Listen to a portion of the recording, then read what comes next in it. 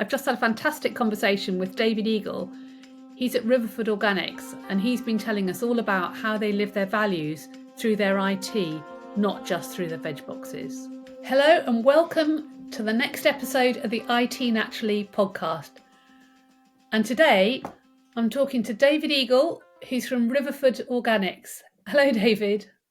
Hi, Julie. Nice to be here. It should be fun finding out a lot more about Riverford and about your journey. I think most of us here know all about Riverford and their organic veg boxes, and indeed at IT Naturally we've been buying them, I think, since the first month that we actually started. We've been using you right through, and you've got a reputation as a really pioneering ethical business. And I'm really pleased to say that I'm learning that the IT team is living those same values. Absolutely. And very excited to tell you a bit about that today. Brilliant, because we think that your outlook and our outlook are really, really similar. So let's start talking about sustainable IT. Can you tell us particularly about your eco-cooling system? It sounds really interesting. Yes. So, like a lot of companies, we use cloud infrastructure, but we also have a certain amount of on-premise infrastructure that we need to run. And before I joined the company, I think it was in around 2015, we needed to build a new data center or server room to house that on-prem infrastructure. And the leadership at that time looked at different cooling options, and they found a product, funnily enough, called Eco Cooling. It does what it says on the tin, which is a water evaporation cooler. Use the same refrigerants, for example, that you find in conventional air conditioning. We think that unit runs at about half, consumes about half the energy of a conventional air conditioning unit. And full disclosure, we still have conventional air conditioning units as backups for resilience purposes. Okay. And we do run those units during the summer months because a couple of years ago now, we had a few hardware components failing inside servers, and our infrastructure engineers have a suspicion it may be to do with condensation, because the eco cooling unit doesn't dry the air in quite the same way that conventional air conditioning. We haven't really proved that out. We didn't want to test it, if you know what I mean. But so we do for a couple of months in the summer, we do run on conventional air conditioning, and I think that's a good example of balancing what's right for the business with what's right for the planet, and trying to make the best choices. I so agree. One of the things that people can look at is you've got to be perfect and then you give up. But actually, it's about making all of those changes, isn't it? All those changes you can make, and the ones you can't make, well, maybe at another time you can do those. Absolutely. If I describe our energy strategy a little bit and how tech fits into that, might be interesting. But we've got three prongs, I suppose, to that strategy. The first is that we about 75% of the electricity we buy, we get from renewable sources. Yeah. The second prong or strand is that we generate about 15% of the electricity we use by solar. We've invested heavily in that. Brilliant. And the third is that we're trying to reduce energy consumption. So the eco cooling system in the server room is one example. We also look really closely at energy saving when we're buying new equipment. So we've fairly recently replaced all of the network equipment at our headquarters here in Devon, and we think we've saved about 35,000 kilowatt hours per year by just thinking carefully about the products we were choosing. They need to have the right functional specifications, and they've got to do the job. Of course, yeah. But looking closely at those energy usage stats as well, and we've been able to make a big impact on our energy usage there. Brilliant. Yeah, it's so good to balance those things correctly, isn't it? And to take energy into account. Yeah. Now, I've been intrigued. You've moved away from refurbished laptops. Tell me more about that. That's really interesting because it goes against what you'd think we'd do. Yeah, there is a bit of a story around this. Historically, Riverford procured a lot of its end user equipment, so laptops, mobile phones, and some other bits and pieces, in a kind of ad hoc way from a variety of different suppliers, and it was all refurbished kit. Um, it wasn't really working, to be honest. So it wasn't working for our end users, our co-owners, as we call them within the business, because we're an employee-owned business. Yeah. Um, a lot of them were using very old and battered devices, which didn't No. perform well. They were slow. They had to be constantly plugged in because they wouldn't hold a charge. So it wasn't working from a usability perspective. It wasn't working for our support team, who were constantly having to cannibalize parts from old laptops to keep things running, or never had spares to hand out if there was a new starter within the business or someone's laptop failed completely. They had a real problem. And it wasn't working for our finance team either, because some months we didn't buy anything. Other months we were turning up with an unplanned capex approval and asking Right. for money to buy a bunch of laptops. So on a number of levels, it wasn't really working for us. When I came in and we analysed it and looked more closely, we decided pretty quickly that actually on those three kind of levels, the usability, the support, and the financials, we could get a better solution by buying new. And we also discovered that there wasn't a lot of difference. It was pretty close in terms of sustainability as well. Yeah. Yeah. Um, it's not really rocket science. The trick is just that instead of buying a laptop that's been refurbished after, say, 3 years in a big corporate setting, we're buying them new and we're running them for 5 to 6 years. We might have to do a Right. bit of Okay. we might have Yeah. to do a bit of preventative maintenance, or maybe install some extra memory in those devices just to keep them going for those last few Yeah. years. But it cuts out that overhead of refurbishing and the kind of the carbon, if you like, of sending it back to a refurbishment centre and Yeah. then out to us as a customer again. Um, so yeah, we've rolled that out. We've got a much better planned replacement life cycle now for all of our devices. So finance are happy; they know when the money is going to be needed. Our end users are happy because they've got good working laptops now, and our Yeah. support team aren't having to find bits and borrow bits and all the rest of it Yeah. to keep the fleet And running. all of the IT security, having standards is so much more important than it was 4 or 5 years ago. It's Yeah, a very different absolutely. landscape, isn't it?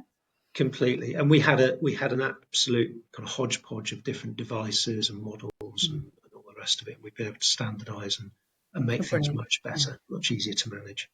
And we work with a I'm sure you do as well. We work with a partner called iSex. You probably work with another one who take any of our devices and then they're reused by schools and people who need a lot less powerful devices but don't have access to devices otherwise. So they don't recycle, as in they don't take them to bits. Yeah. They get them working and they send them out, or they use them. We've done some work with them on getting them to work as cloud books, Yeah. so that none of the devices are thrown away. Yeah, we do. We're just setting up actually with an organisation called the Turing Trust. So this is Yeah, part of Alan Turing's legacy, and they do exactly that. We've done yeah, quite a lot of sort of due diligence on. We didn't want to find that Riverford laptops were ending up in landfill in Africa or yes, something like that. So yes. we've been quite careful and tried to make sure that it's all legit, which it is, and it sounds really promising. So we're excited about that partnership. And if we move on to onto the people, because that's such a large part of the B Corp for you and for us. What do you do at Riverford for your people, and how does that affect what you do in IT? Yes, a good question. So, as I mentioned earlier, Riverford is an employee-owned business. It's a Mm. bit like the John Lewis kind of model, Yeah, where the ownership of the business is held in trust. When you start working here, you become a co-owner, as we call it, but you can't take those shares with you when you leave. It yeah, stays in situ to protect the business for future generations, I guess. We work quite hard on looking after our co-owners because we all own the business and we all have a yeah, say, although the kind of hierarchy in the organizational structure is fairly conventional. We do an annual best companies survey, and that isn't just about getting a statement we can put on the recruitment page of our website to try and attract talent. We really take it quite seriously. We look at the results and all of the comments, and we build departmental plans on areas we need to address. We just got our results back, and I'm delighted to say that the IT got a 3-star rating, which is the highest rating for the second year in a row. And I think that's because people realise that we do act on the results, and we take it seriously, as I said. Yeah. In tech, we don't do this across the board in Riverford, but in tech we have something called 10% time, where all of our team members are encouraged to take 10% of their working week to study and keep up to date with new tech, and to explore areas that they're particularly interested in. We do 3 hours of training time, so it's very similar. Okay, very similar, yeah. And we run a monthly tech showcase as well, like a show and tell, where everyone brings interesting stuff they've been doing in the last month or so. Just trying to think of other kind of benefits of being an employee-owned business. So we have something called profit share. So at the end of every year, 20% of the profit we make as a business is shared equally between all of our employees. So the CEO gets the same share as someone at the bottom of the salary ladder. And I really love that. I think that's a really fantastic thing. It's also, or at least a portion of it, is tax-free because of our status as an employee-owned business. And I know that our co-owners really look forward to that announcement in June, because it's not only is it a nice kind of extra bit of money in your paycheck, but it's a real shared celebration of our success from the last year. Oh, the lights have just gone off in the room. Excuse me. Energy saving. Yep. Ours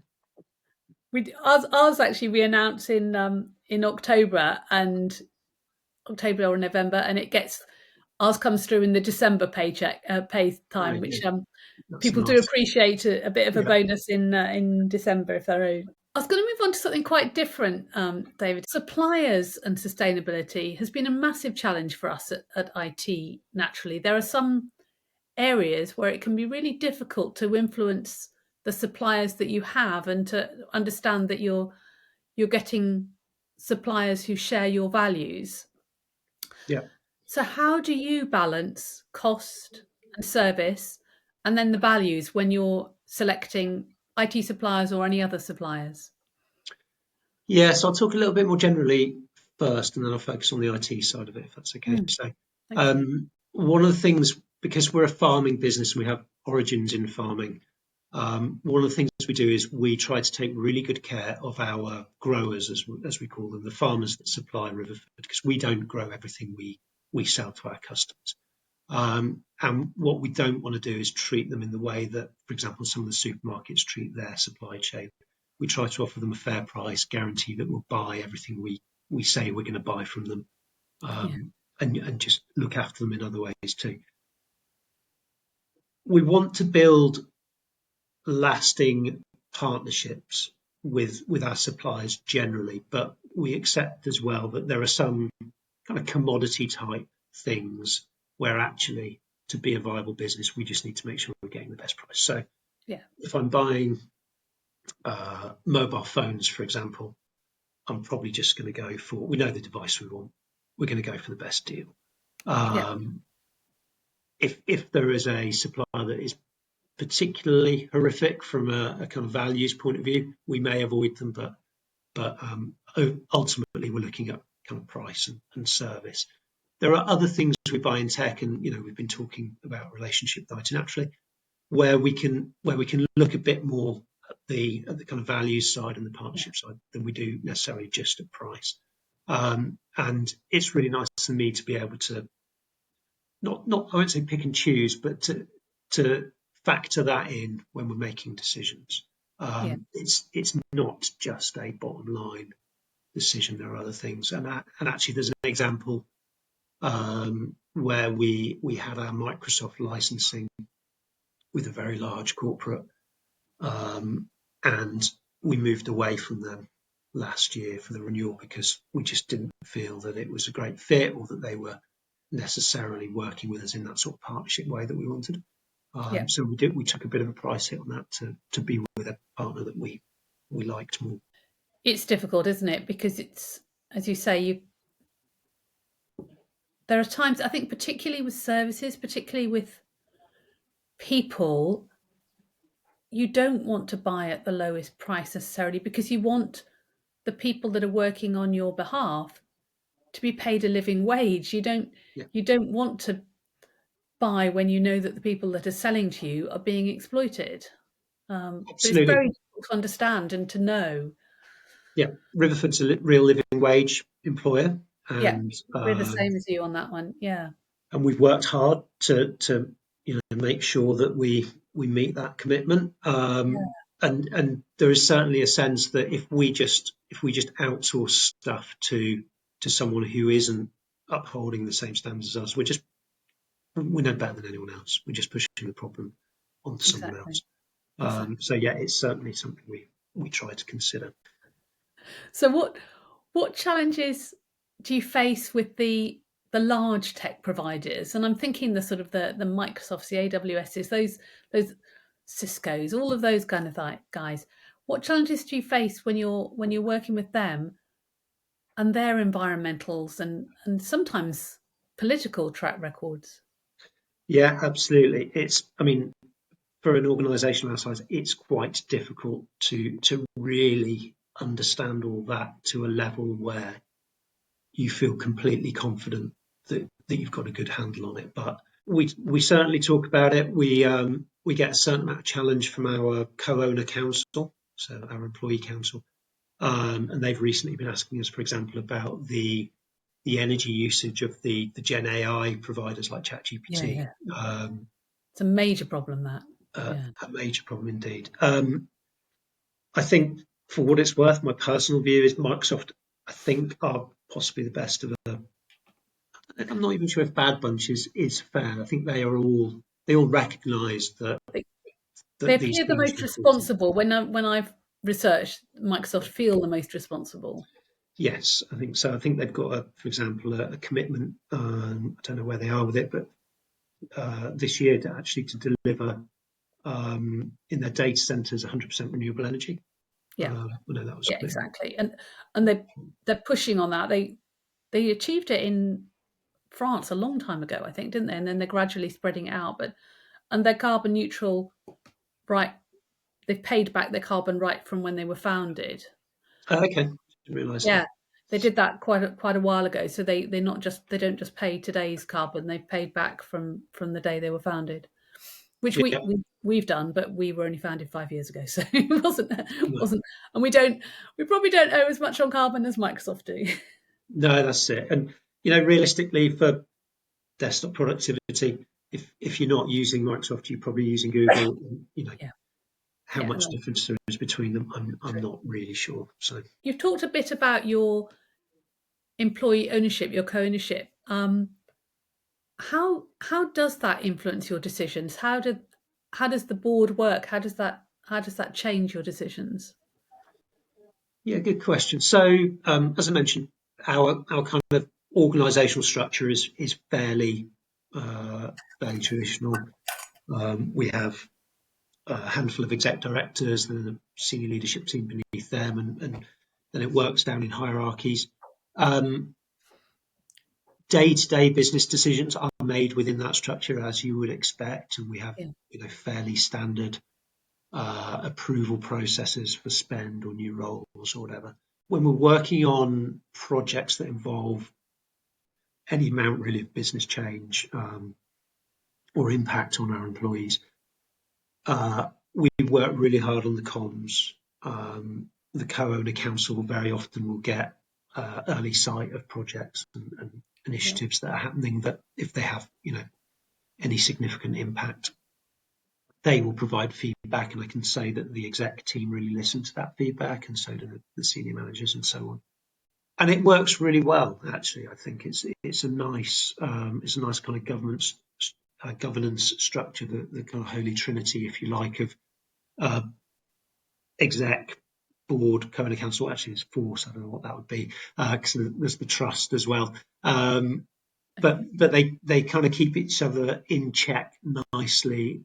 Um, there doesn't seem to be too much kind of friction. Actually, I think they're Okay. all very focused on the same things and driving the business forward in the right way. Um, but that kind of council and the trust really do keep us anchored in our values. I think you can probably see behind me. Yeah, you sound so enthusiastic. It's lovely, lovely to hear. What do you enjoy most about working at Riverford and leading their IT? Um, I the thing I've always loved about working in tech is those moments when you deliver something that makes a real change to the organization. So it might be a new business capability or a new customer feature or a significant efficiency improvement. I've always really enjoyed those parts. I get to do that at Riverford, but it's also in a setting that or an organisation that really aligns with my personal values, and I find that really satisfying and really motivating. Working for the kind of benefit. I don't want to sound too worthy, but working for the benefit of my fellow employees, my fellow co-owners, and part of our mission is to try and protect the planet as well. I think that's really powerful for me. Brilliant. Thank you. Thank you. And I've heard you've got a very good, unusual IT story. I always like to end with one of these, and I've heard this is a very good one. So, Uh, I mean, if I think the really funny and kind of quirky stories, there are more of them from earlier in my career. So I think the world is becoming a slightly less quirky and amusing place. Sometimes we're all getting a bit serious, but certainly when I first started working with an American company, I can't remember, about 20 years ago or something like that. And it was actually buying or putting in a business case for some new servers, and it included, as I've always done since, and I still do now, it included uh, some sort of information on kind of carbon and energy usage. And the American CFO at the time found this very amusing and started telling me all about his gas guzzling pickup truck. And basically said that in one journey he probably gets through more carbon than I was saving with my new service. So that's both amusing but also slightly terrifying that sort of opinion yeah, existed. and I think we've still got to do what we can do and influence where we can influence. And yeah, there'll always be some people that don't want to support that and are quite naive about it, aren't they? Yeah, I think less. I think there are less and less.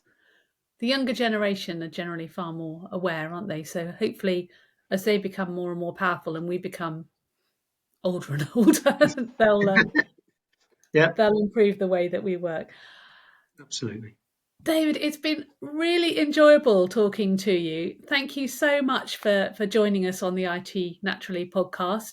Thank you. My pleasure, Julie. Thanks very much.